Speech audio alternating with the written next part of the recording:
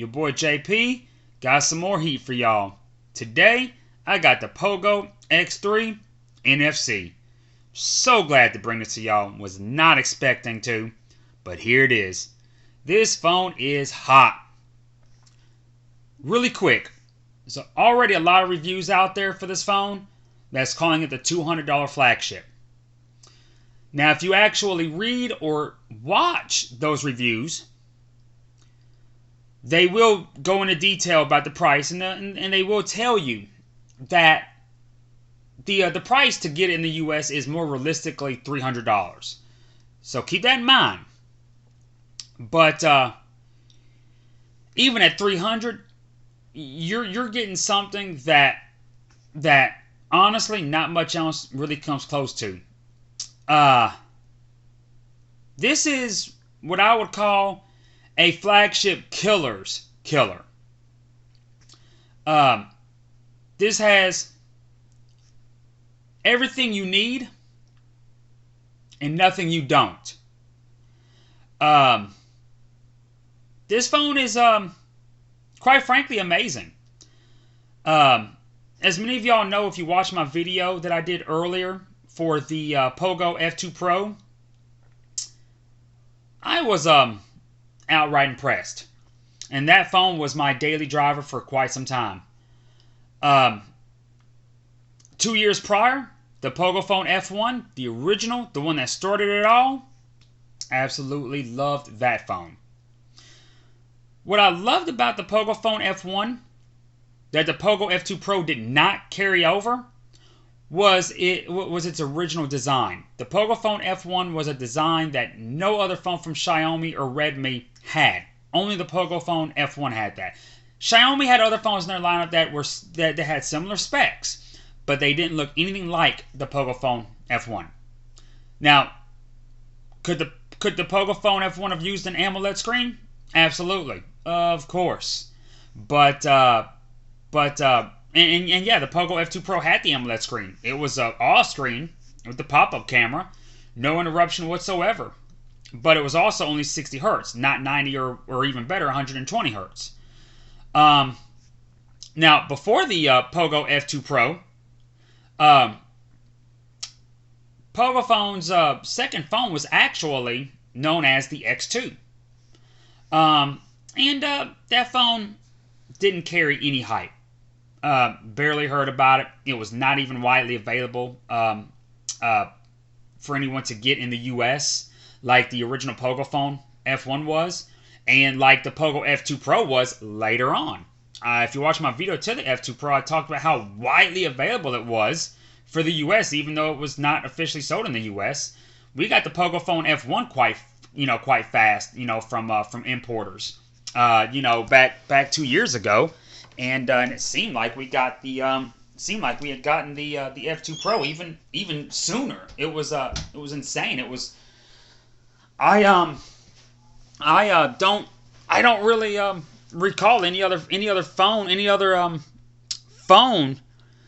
that we got in the U.S. unofficially that was available that quick. Again, unofficially. I mean, the F2 Pro was available 2 or 3 days later after its announcement in India, and it was I mean, these were sellers that had the phone ready to ship. And that wasn't the case earlier in the year when Poco finally announced their second phone, their first phone in almost 2 years at the time, the X2. It just didn't. There just wasn't much fanfare for it. Like people missed Poco Phone, but didn't really show it with the X2. Can't say I blame them. The X2 was mediocre.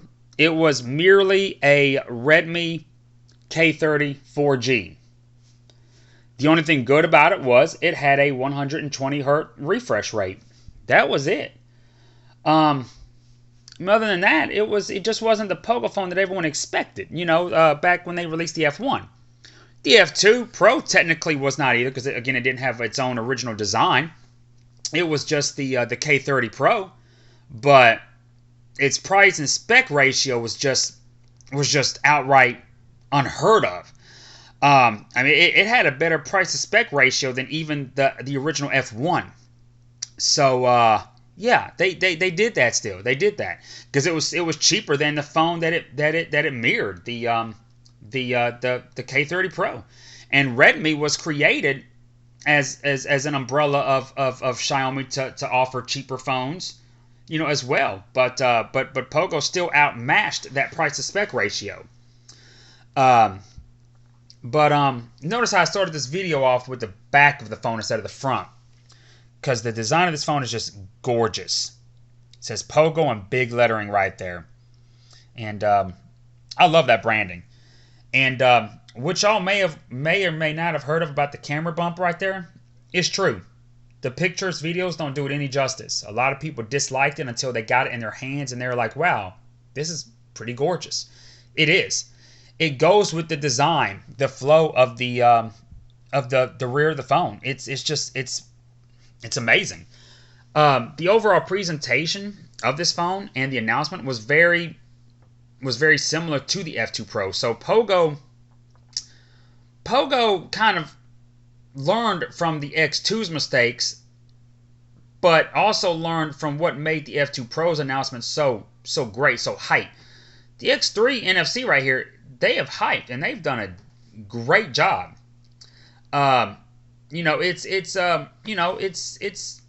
I'd say half the price of the F2 Pro, but it's not quite half. It's not just half the specs.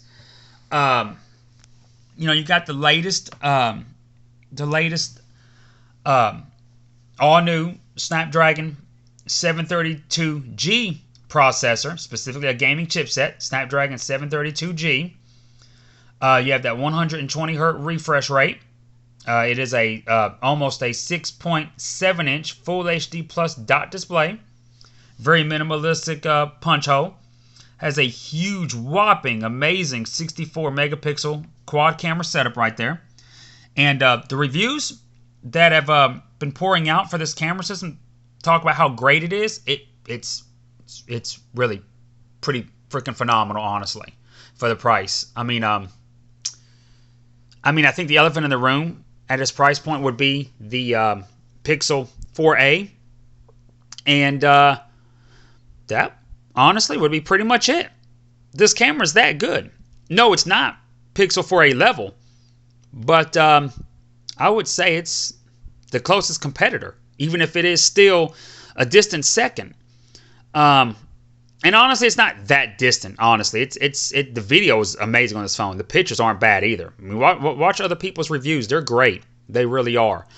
The hardware is definitely there. It's just calibrating the software, which is what it always seems to be with a lot of these phones. Because oddly enough, the Pixel 4a's hardware is a couple years old, but the calibration is just on point. That's Google for you. But it has 33 watt charging. And it does come in the box. Of course, it's the foreign one, but a lot of these sellers that sell you these phones with the foreign plug, they do include an adapter, which I did get in the box. Generic adapter. I don't have to show it to you. Got your USB A to USB Type C cable there, and you do get a clear case there. My favorite kind, the gel, and it protects everything, and very grippy, and it shows the aesthetic of the device as I like them. There's your literature there, your SIM ejector tool, your box, X3 NFC, and it does have it has a side-mounted fingerprint sensor. It is an LCD. It's a gorgeous LCD though. And of course, as expected, with a lot of times when me and other reviewers, not just me, I've noticed Flossie has that problem, and so does Jay Will. These fingerprint sensors never want to work right when they're being recorded. It's almost like they know. They have a mind of their own, because that fingerprint sensor is blazing fast. It's probably the fastest side-mounted fingerprint sensor I've ever used. And as a lot of you know, besides in-display fingerprint sensors, the side-mounted is my favorite as far as physical ones go. It's just the perfect placement. Motorola's done them, and but this Poco X3 has the best one, I think. The screen is just downright gorgeous. It's huge. Again, it's almost 6.7 inches, 6.67 to be exact. I mean, with this, the punch hole is right in the middle, kind of like the Galaxy Note 20, right there if you can see it. And it does have the Poco launcher, obviously, the app drawer, and this does have MIUI 12, the new MIUI 12. And as I said in the video I did to the Redmi K30 Ultra, which was my first experience and my only other experience with MIUI 12, it's light years better than MIUI 11. I love Xiaomi's phones, but MIUI always seems to be the downfall for them, to me, in my opinion. And it's weird, because how can you love a brand so much but hate their interface so much? You know, I don't like Samsung that much because I've always hated their interface. So why do I love Xiaomi so much? You know, and I hate their interface, and I say it a lot. Quite frankly, it really just comes down to the price to spec ratio. They offer the best specs for the best price. It's just nothing comes close, nothing compares. OnePlus used to, but they do not. And you know, it's just yeah, that's it. That's it. Oppo, which is, you know, some will consider a cheaper OnePlus, that doesn't compare. I mean, even the main Xiaomi brand just does it better. You know, and then you have these cheaper brands under them, Redmi and then Poco. You know, and it just gets better and better. And the Poco here is, you know, is the global brand, which Redmi usually is not. I mean, some of their devices do go global, not all of them though. You know, but the K30 Ultra not being one of them, unfortunately. You know, so that does have its limitations, especially with things like Android Auto. You know, even when you sideload, you know the Google Play services. But of course, with the Poco, you're not going to have that issue, as the box will tell you. Where is it at? Right there, with easy access to the Google apps you use most. And yeah, show y'all here. Nothing special there, you know. Yep. But definitely a fingerprint magnet. And a lot of reviews to this phone, even though there's no antenna bands, a lot of Xiaomi has said that, or Poco has said that's an all aluminium design. It's not plastic. You know, but there's no antenna band. So, you know, I don't know, but I'm gonna have to take their word for it. They would know better than anyone else. I mean, they did manufacture it. It's, you know, but it's supposed to be an all aluminium build, and I think it's Gorilla Glass 5 in the front, and definitely an LCD screen that's on par with the TCLs that I've been reviewing lately that I've been reviewing about. But yep, and I hope you just saw that flash up there. It does have a notification light. Funny that I caught that on camera. You don't ever catch those on cameras. But IR blaster. You can see the camera hump there. That's pretty extreme, but that case flattens it, which is a good thing. But it's a lot more attractive in person than it looks here. And you got your Type C. And yeah, I mean, it's just it's a great phone. I mean, I've been quite impressed with it. I really like it. Really dig it. I wasn't supposed to get it until Thursday, I think, but got it on Monday. Got it 3 days early on September 21st. And I really hope y'all like this phone here. Let me show you a little bit more here right quick. The side-mounted fingerprint sensor is integrated into the power button, and there's your volume rockers. And this is the cobalt blue, I think they call it. But let me double check here. Yep, cobalt blue. Yep. And this is the 8 gig model with 120 gigs internal, and it does have expandable memory, one of my favorites. But yeah. You know, again, it has Qualcomm's latest mid-range gaming chipset, the Snapdragon 732G.